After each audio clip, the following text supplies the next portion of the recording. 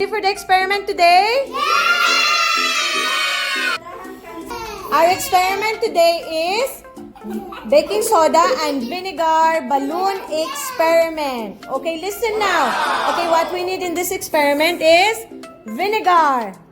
Okay, this is vinegar, empty bottles, balloons, and baking soda. Okay, we will use vinegar.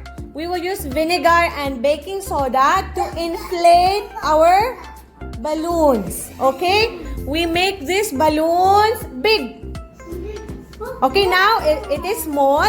Later, when we do the experiment, after, we will see that this balloon is already big, filled with air. What we will do, we will put vinegar in these empty bottles. And we will put baking soda inside these balloons.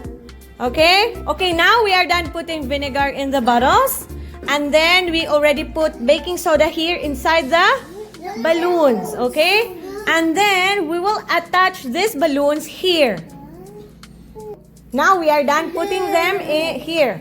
Okay? We are done attaching the balloons to the empty bottles. Okay?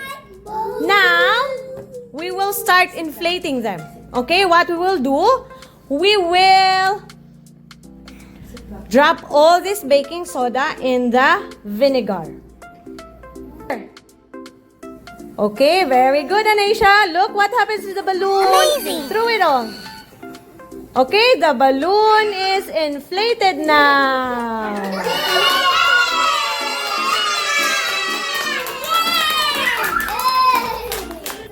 Do it, Aris. Slowly, Aris. Lift it. Oh!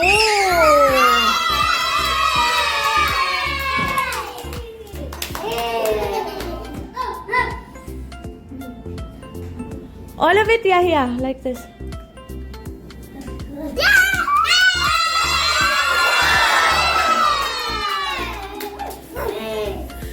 Hold it. Okay.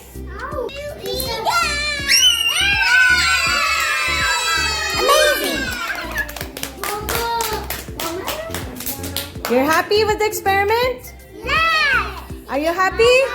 Yes! Yes!